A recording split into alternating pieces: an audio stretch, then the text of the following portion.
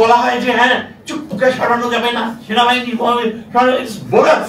সে টক শোতে ঝগড়া শুরু করছে, সে ওই আওয়ামী লীগের ওই লোক বলতেছে যে ৭১-এ ৩০ লক্ষ লোক মারা গেছে আর এই সংগ্রামে মাত্র ২,০০০ লোক মারা গেছে, কোনটা বেশি ইম্পর্টেন্ট? ৭১, আমরা ৭১-এর দায়ী, আপনি কিছু না। এই হক কিছুই বলতে পারে না, বলে সেটা সেটা সেটা সেটা। এই যে লন্ডন সফর করে আসলো প্রফেসর ইউনুস, আমি আমার কাছে এটা মোটেও ভালো লাগে নাই। আমি আমার আস্থা হারাচ্ছি প্রফেসর ইউনুসের উপরে। এতগুলো দিন এতগুলো মাস আমি প্রফেসর ইউনুসকে পূজা করতাম, তার পক্ষে সবকিছু বলতাম, কিন্তু আজকে আমি প্রথমবার বলতে বাধ্য হচ্ছি যে তিনি এখন অন্যদের হাতের পুতুলে পরিণত হতে পারেন। এবং আমার আশঙ্কা হচ্ছে যে ভারতীয় প্রচন্ড শক্তিশালী গোয়েন্দা সংস্থা র এই যে কয়েকজন মানুষের মাধ্যমে, বিএনপি কয়েকজন মানুষের মাধ্যমে এই দেশে আওয়ামী লীগকে আবার পুনঃপ্রতিষ্ঠা করতে চেষ্টা করতেছে, সেখানে এখন ডক্টর ইউনুসকেও কি টানবে কিনা। আমি ছাত্রদেরকে অনুরোধ করব, তোমরা সম্পূর্ণভাবে নিজেদের উপর কর্তৃত্ব নাও, নিজের উপর আস্থা রাখো। তোমরাই প্রফেসর ইউনুসকে বসাইছিল, কেন তোমরা আজকে তোমাদের ওই সৎ সাহস থাকবে না?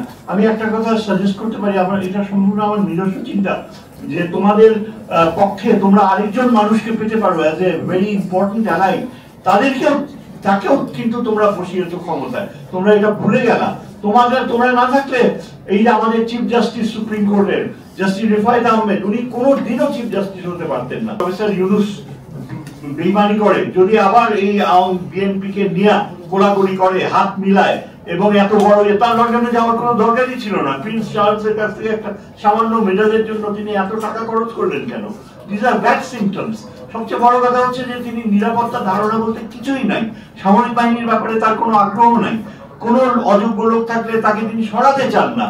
তার অনেক অবদান রয়েছে, যে অনেক টাকা সে কি বলে লোন টোন রিপেমেন্ট, এগুলো তার অনেক সাকসেসফুল, তার ক্যাবিনেটে বেশ কয়েকজন ভালো ভালো লোক আছে, কিন্তু কতগুলো অপদার্থ তো রয়েছে, এদেরকে তিনি কিচ্ছু করেন না। We can't afford this sort of luxury.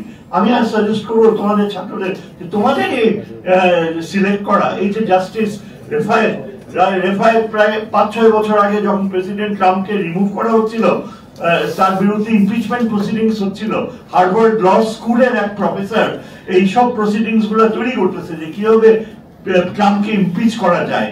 এবং এই প্রসিডিংস এর অনেক কিছু রেফায়েত সাহেব তখন তো কিছু কাজ করতো না, just like a retired justice সে বসে থাকতো, কারণ হাসিনা তাকে চাচ্ছিল বরখাস্ত করতে এবং সে হাসিনার বিপক্ষে অবস্থান নিয়েছে বেশ কয়েকবার। সে ফ্রাস্ট্রেটেড হয়ে ওইগুলো আমাকে পাঠিয়েছিল একবার হলুদ দাগ দিয়া, যে এই যে কিভাবে ট্রাম্পকে ইমপিচ করা হচ্ছে, এই প্রক্রিয়াটা হাসিনার বেলায়ও প্রয়োগ করা যেতে পারে, সেটা সে লেখে নাই কিন্তু দাগ দিয়ে দিছিল। এবং আমি তখন থেকেই বুঝতে পারছি যে he is goat unusual knowledge. আজকে তোমাদের যদি এই যে চুপ্পুকে সরাইতে হয়, অবশ্যই তাকে সরানো সম্ভব, কেন সম্ভব হবে না? এটা ইচ্ছা করে বিএনপি তাকে ধরে রাখছে আওয়ামী লীগের প্ররোচনায়, এবং তার মাধ্যমে সেনাবাহিনী প্রধানকে ধরে রাখছে, যেন সেনাবাহিনীতে কোনো সংস্কার না হয়, যেন এই ইন্টেলিজেন্স মেশিনারি এমন ভাবে কাজ করে আগামী ইলেকশনে যেন ব্যাপকভাবে দুর্নীতি হওয়ার সুযোগ থাকে। আবার এই ইলেকশন, তাকে ইলেকশন নিয়ে এত উদ্গ্রীব হওয়ার কি আছে? এইখানে লন্ডনে তার সাথে যে লোক যে কথা বলছে, সেই লোক তো কিছুদিন আগেই বলছিল যে আমরা কোনো মহামানব চাই না নেতৃত্ব দিতে। সেই মহামানব চাই না বলা লোকটাই লন্ডনে বসে তার তার সাথে হ্যান্ডশেক করতেছে, ইলেকশনের ডেট সেট করতেছে। আর এখন এইখানে এই যে আয়সা ঢাকায় এসে এখন কোন দিকে তিনি যাবেন আমি বলতে পারি না। আমি মনে করি যে লোকটা অনেকটা আবেগপ্রবণ, অর্থনীতিবিদ হিসাবে তার অনেক জ্ঞান থাকতে পারে, কিন্তু জাতীয় নিরাপত্তা, জাতির ভবিষ্যৎ এই সম্বন্ধে জ্ঞান নাই। চিফ জাস্টিস কিন্তু যদি চায়, তার যে অবস্থান, সে সিম্বলিক রোল, পাকিস্তানে দেখেন চিফ জাস্টিস কিন্তু খুব গুরুত্বপূর্ণ রোল প্লে করছিল এই যে পারভেজ মোশাররফকে সরাইতে। ভারতের চিফ জাস্টিস ল্যান্ডমার্ক জাজমেন্ট দেয়।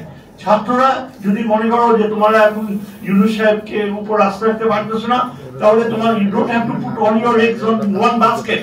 আজকে তোমাদের কৃপায় যিনি চিফ জাস্টিস হয়েছে, অত্যন্ত লার্নেড ম্যান, এবং তার নানা ছিল জাস্টিস ইব্রাহিম, যিনি পাকিস্তানি আমলে পাকিস্তানের সামরিক শাসনের বিপক্ষে এমন অবস্থান নিয়েছিলেন যে এই পাকিস্তানের জাজমেন্টের ইতিহাসে তার নাম স্বর্ণাক্ষরে লেখা জাস্টিস ইব্রাহিম। তিনি হচ্ছে এই জাস্টিসের নানা, আপন নানা।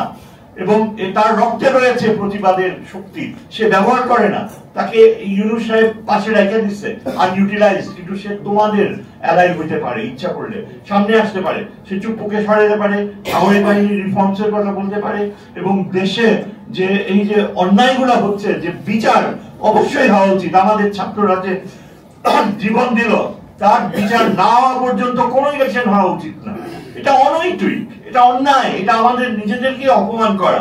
আমরা কি সেদিন এক ভদ্র আওয়ামী লোক টেলিভিশনে ওই কর্নেল হক যে ইয়ে করে, ওই রাওয়ার প্রেসিডেন্ট, তার সাথে টক শোতে ঝগড়া শুরু করছে। সে ওই আওয়ামী লীগের ওই লোক বলতেছে যে ৭১-এ ৩০ লক্ষ লোক মারা গেছে, আর এই সংগ্রামে মাত্র ২০০০ লোক মারা গেছে। কোনটা বেশি ইম্পর্টেন্ট? ৭১, আমরা ৭১-এর দায়ী, আপনি কিছু না। এই হক কিছুই বলতে পারে না, বলে সেটা সেটা সেটা সেটা সেটা করে না, ওরা বেশি করে বলছে। এই রকমের তুলনা কিভাবে করে? হ্যাঁ, ৭১, কিন্তু এই যে ২০০০ লোক মারা গেছে, তার সংখ্যাতাত্ত্বিক ধারণা কেন দেয় যে ২০০০ কিছুই না? এত এত সাহস কিভাবে হয়?